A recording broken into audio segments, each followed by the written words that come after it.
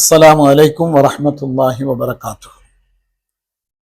قال رسول الله صلى الله عليه وسلم: من استطاع منكم أن ينفع أخاه فليفعل. رواه مسلم.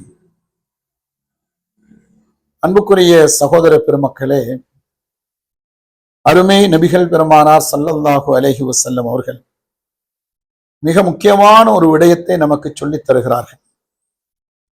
அதாவது இன்றைய உலகத்திலே நாம் எல்லோருமே நான் என்ன செய்வது, எனக்கு என்ன பிரயோஜனமாயிருக்கும், எனக்கு என்ன லாபமாயிருக்கும், எனக்கு எவ்வளவு பணம் கிடைக்கும், எனக்கு எவ்வளவு செல்வாக்கு கிடைக்கும், மக்கள் என்னை எந்த அளவுக்கு புகழ்வார்கள், போற்றுவார்கள், இப்படி நமக்கு எனக்கு என்றுதான் நாங்கள் ஒவ்வொருவருமே அன்றாடம் ஓடிக்கொண்டிருக்கிறோம். இது நானும் தான் நீங்களும் தான், உலகத்திலே இருக்கிற எல்லா மக்களது நிலைமையும் இதுதான். ஆனால் இது ஒரு போற்றுதலுக்குரிய விஷயம் அல்ல. ஆனால் அதே நேரத்தில் பெருமானார் ஸல்லல்லாஹு அலைஹி வஸல்லம் சொன்னார்கள், நீங்கள் உங்களுக்கு என்று எனக்கு என்று தேடித் திரிவது என்பது உங்களுக்கு. ஆனால் அதைவிட பிற மனிதனுக்கு என்னால் ஏதாவது கிடைக்க வேண்டும், என்னால் பிற மனிதன் அடுத்த மனிதன் பயனடைய வேண்டும், ஒரு மனிதனுடைய வாழ்க்கையிலே அவனுக்கு ஏதாவது நான் உதவி செய்ய வேண்டும், கஷ்டத்திலே இருப்பவனை கஷ்டத்தை விட்டு நீக்க வேண்டும், ஒரு பிரச்சனையிலே இருப்பவனை பிரச்சனையை விட்டு அகற்ற வேண்டும், கல்வி இல்லாத மனிதனுக்கு கல்வியை கொடுக்க வேண்டும், குர்ஆன் ஓத தெரியாத மனிதனுக்கு குர்ஆனை ஓதி கொடுக்க வேண்டும், மார்க்க சட்டதிட்டங்கள் தெரியாதவனுக்கு அவற்றை சொல்லிக் கொடுக்க வேண்டும். அது தன்னுடைய வீட்டிலே இருக்கிற மனைவி, மக்கள், பிள்ளைகள், குடும்பத்தினர்களாக இருக்கலாம், அல்லது நமக்கு பக்கத்து வீட்டிலே பக்கத்து தெருவிலே இருப்பவனாக இருக்கலாம், அல்லது நமது மஹல்லாவில் ஊரில் இருப்பவனாக இருக்கலாம், அல்லது எங்கோ இருக்கின்ற ஒருவராக இருக்கலாம். இன்றைக்கு நாங்கள் இந்த வெகுஜன ஊடகங்கள் மூலம், பேஸ்புக்கின் மூலம், அதே போல யூடியூபுகள் மூலம் இன்றைக்கு பேசப்படுகிற ஒவ்வொரு பேச்சும் ஊர் பேர் தெரியாத மக்களது நலனில் அங்கே அக்கறை கொள்ளப்படுகிறது. அவ்விதமான அவர்களுடைய வாழ்க்கையிலே மாற்றங்களுக்கு அது துணை புரிவதை நாங்கள் பார்க்கிறோம். இப்படியான பண்புகளை வளர்த்து கொள்ள வேண்டும் என்பதைத்தான் பெருமானார் ஸல்லல்லாஹு அலைஹி வஸல்லம் அவர்கள் அதிகமாக வலியுறுத்தி சொல்லி இருக்கிறார்கள்.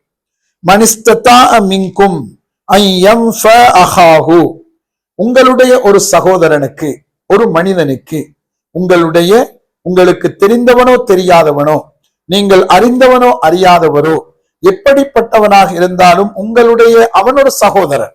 அவன் முஸ்லீமாக இருக்கலாம், முஸ்லீம் அல்லாமல் இருக்கலாம், மாற்று மதத்தினர்களாக இருக்கலாம், யாராக இருந்தாலும் கூட உங்களால் அந்த மனிதனுக்கு ஏதாவது பயனுள்ள ஒரு காரியம் செய்ய முடியுமானால், பயனுள்ள ஒரு விடயத்தை செய்து கொடுக்க முடியுமானால் அவ்விதம் அவர் செய்யட்டும், அவ்விதம் அவர் செய்யட்டும். அதிலே அவர் பொடுபோக்காக இருக்க வேண்டாம், கவனம் இல்லாமல் இருக்க வேண்டாம், அக்கறை இல்லாமல் இருக்க வேண்டாம் என்று நபி அவர்கள் சொல்கிறார்கள். ஏன் தெரியுமா? நீங்கள் எந்த ஒரு காரியத்தை செய்தாலும் அதனுடைய நன்மை உங்களுக்கு பதியப்படுகிறது.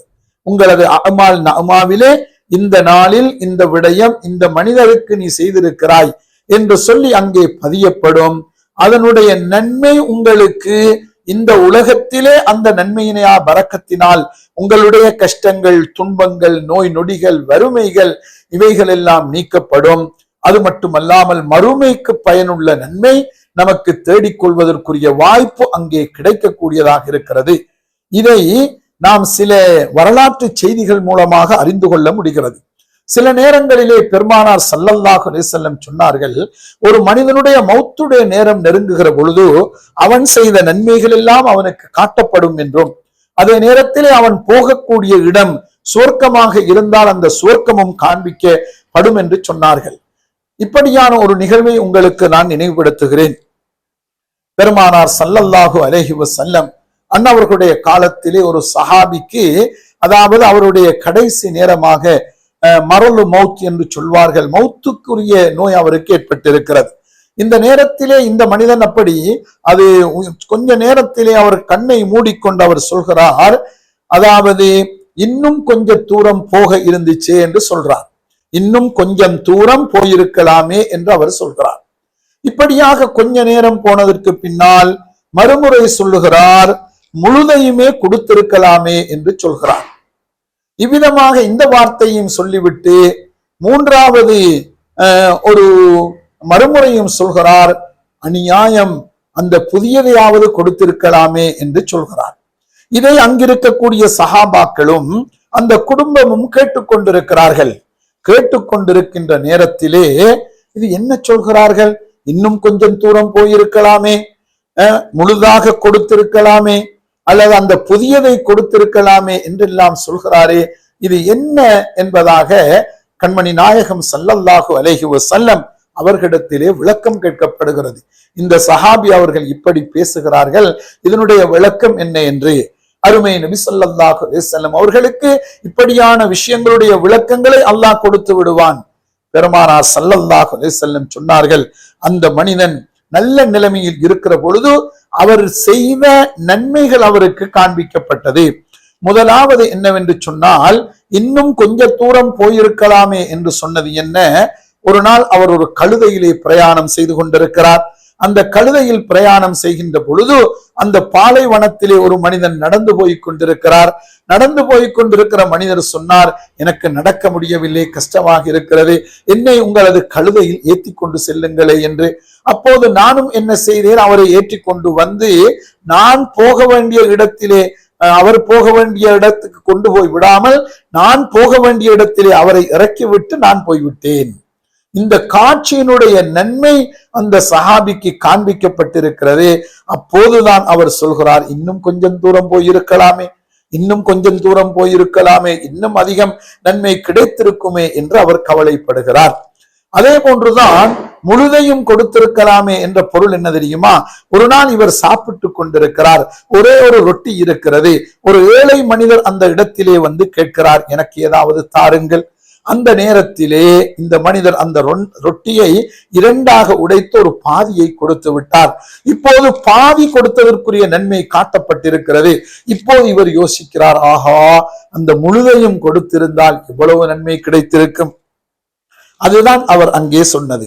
மூன்றாவதாக சொன்னது, அதாவது புதியதை கொடுத்திருக்கலாமே, புதியதை கொடுத்திருக்கலாமே என்பதனுடைய அர்த்தம் என்ன தெரியுமா, ஒரு ஏழை மனிதர் வந்து இந்த மனிதரிடத்திலே ஒரு ஆடை எனக்கு இருந்தால் தாருங்கள் என்று அவர் கேட்கிறார். அப்போதும் இந்த மனிதர் சஹாபி என்ன செய்திருக்கிறார், அவரிடத்திலே 2 ஆடை இருந்தது. அந்த ஆடையிலே ஒன்று கொஞ்சம் பழசு, இன்னும் ஒன்று கொஞ்சம் புதுசு. இப்படியானது என்று இவர் என்ன செய்கிறார், புதிதை தனதுக்கு வைத்துக் கொண்டு அந்த கொஞ்சம் பழசை கொடுத்து அனுப்புகிறார். இப்போது அதனுடைய நன்மை காட்டப்பட்ட உடனே, ஆகா, அந்த புதியதை கொடுத்திருக்கலாமே, அதிகம் நன்மை கிடைத்திருக்குமே என்று சொல்லி அந்த சஹாபி கவலைப்படுகிறார். அருமையான சகோதர பெருமக்களே, பாருங்கள், நபி அவர்கள் என்ன சொன்னார்கள், உங்களால் ஒரு மனிதனுக்கு பயன்பட முடியுமையானால், ஒரு பிரயோஜனத்தை செய்ய முடியுமையானால் செய்து கொள்ளுங்கள் என்பதனுடைய கருத்து இதுதான். நீங்கள் செய்யக்கூடிய அத்தனைக்கும் உங்களுக்கு கூலியுண்டு, அது ஒரு நாளும் வீணாகி போக மாட்டாது. வேண்டுமென்றால் சொல்வோம், கேட்டவனை அவன் ஏமாத்துகிறான், அவன் திண்டு தொலைக்கிறான், அல்லது அவன் இப்படித்தான் செய்கிறான் என்று அதை பற்றி உங்களுக்கு கவலை இல்லை. ஒரு மனிதனுக்கு உங்களால் ஒரு பிரயோஜனம் கிடைக்கும் என்று சொன்னால் அதனுடைய நன்மை மிக ஆழமானது, மிக பெரியது. அதனால் தான் நபி அவர்கள் இவ்விதம் சொல்லி தந்திருக்கிறார்கள். ஆகவே நானும் நீங்களும் இவ்விதமாக அடுத்த மக்களுக்கு பயன்படக்கூடியவர்களாக, பிரயோஜனம் உள்ளவர்களாக மாறுவோமாக. எல்லாம் வல்ல இறைவன் நம் அனைவருக்கும் அருள் புரிவானாக. அஸ்ஸலாமு அலைக்கும் வரஹ்மத்துல்லாஹி வபரகாத்துஹு.